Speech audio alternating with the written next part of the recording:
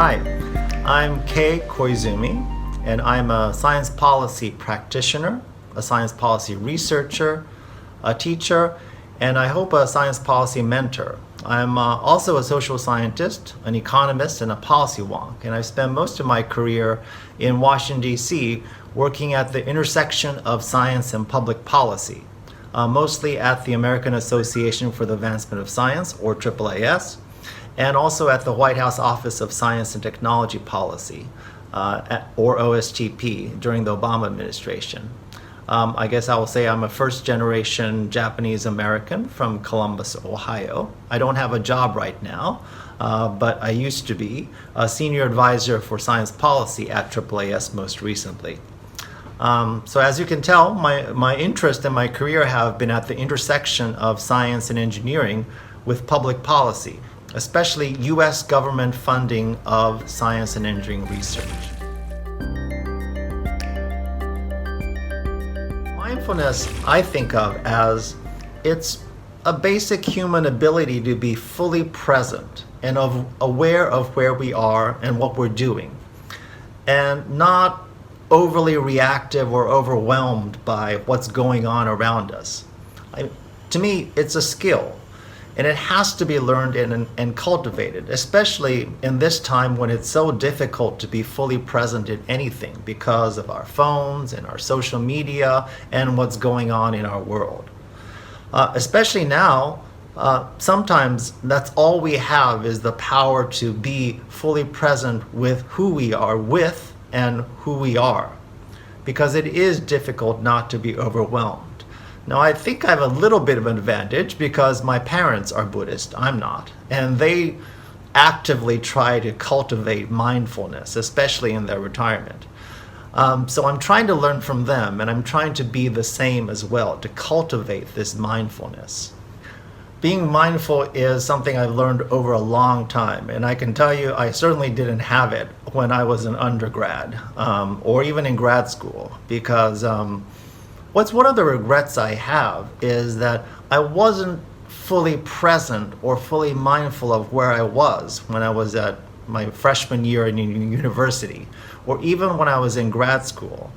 So, looking back on it now, I wish someone like me had told someone like you that you should pay attention to where you are in the present and try to experience those moments. During the pandemic lockdown in Washington, D.C., for me, it was getting out of the house to run on the National Mall 6 days a week and a trip to the grocery store on that other day. Now I'm in Shanghai, China, so I think it's still running. So I'm running in Shanghai or doing some kind of exercise every day. It's good for my body, but it's also good for my mind because I can take in new sights, listen to a book or podcast or music. And especially in this pandemic time, it's easy to rely on like takeout or delivery for food all the time. But to be well, 2 out of every 3 meals a day I make at home, and then the other one my husband and I go out somewhere because we can.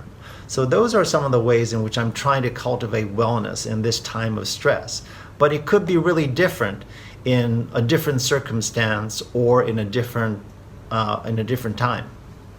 Personally, I have a coping toolkit as well, and it's not something that you can pick up in your freshman year or just over a year. It's something that you pick up over time. For me, tools are things like calling a friend, escaping to a book, taking a deep breath for 10 seconds, turning the phone off so I can focus, calling a mentor, even watching a few TikTok videos, but only a few.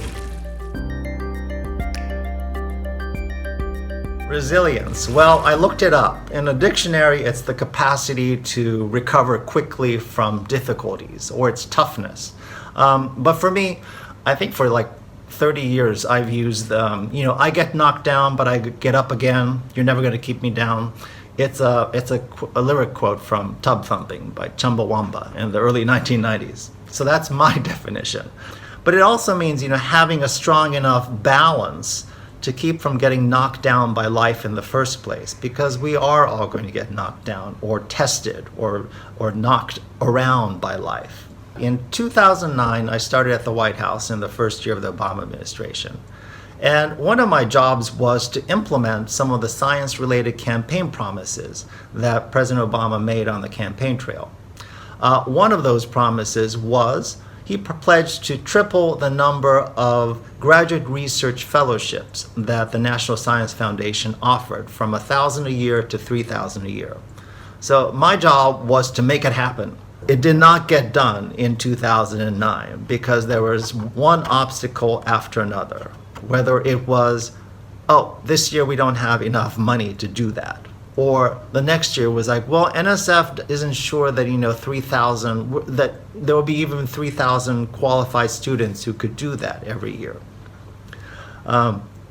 So, I had to keep trying because I felt like this policy goal was continually getting knocked down.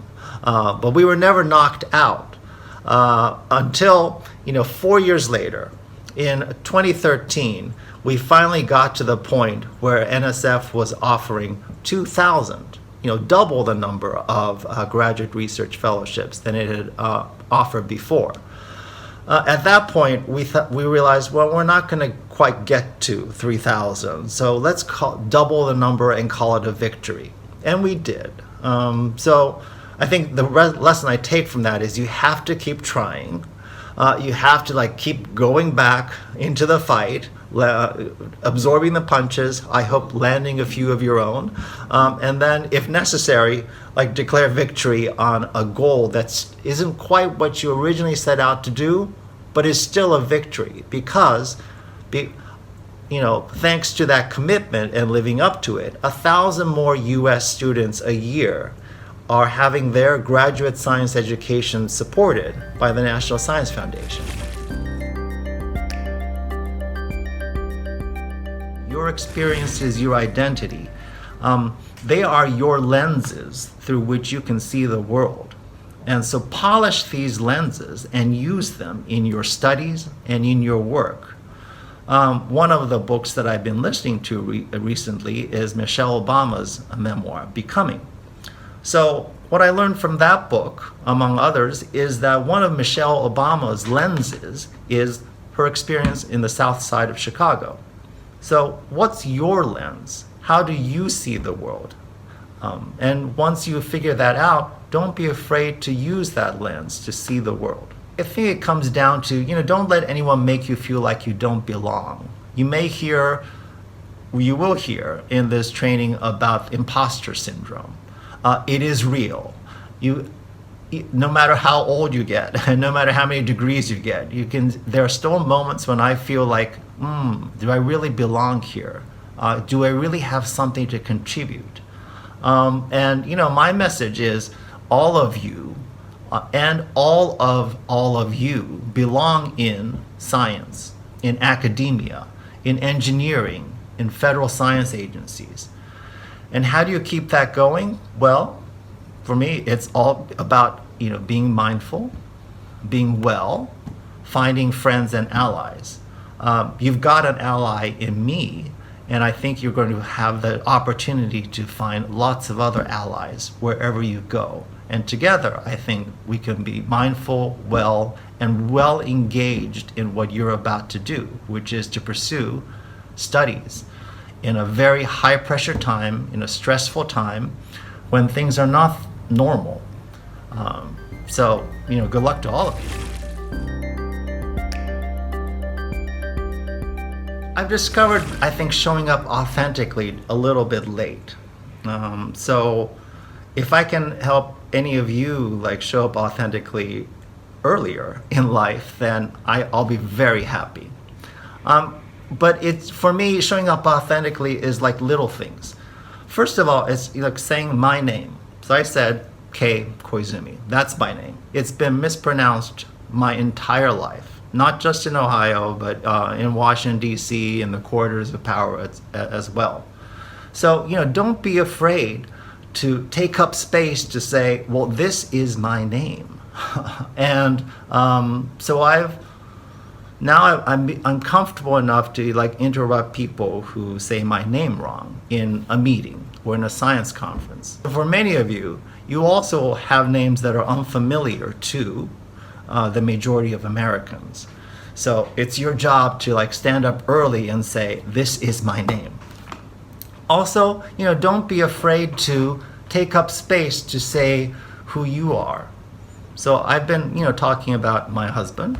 I've already talked to you about my hometown of Columbus, Ohio, my Japanese parents.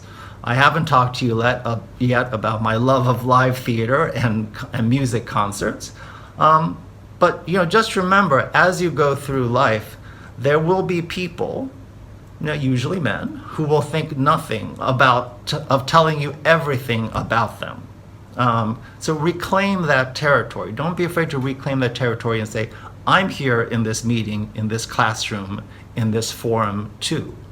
I'm here in this science and engineering conference, and my experiences also matter.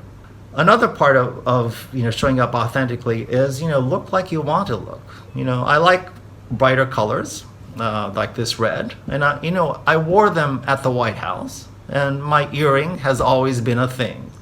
But I think we need to help each other out.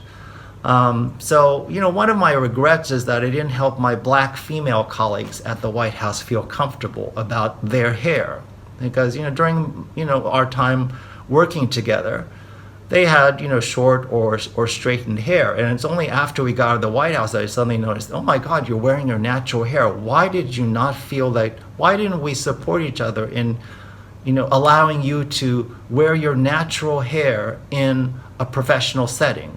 Of course, we understand, because I just saw Michelle Obama recently. She's wearing her natural hair now, but she didn't feel like she could during 8 years at the White House as a first lady. And if the first lady can't feel comfortable about wearing natural hair, then of course, the rest of us don't have a hope of really doing that unless we support each other to make each other comfortable. One piece of professional advice that I wish I'd received earlier is to be authentic and to own your science, your skills. I used to downplay my expertise, but no longer. I am the federal budget for science person. I'm the one who knows more about U.S. government funding of research in budgets, appropriations, and laws than anyone else. So I know federal budgets backwards and forwards.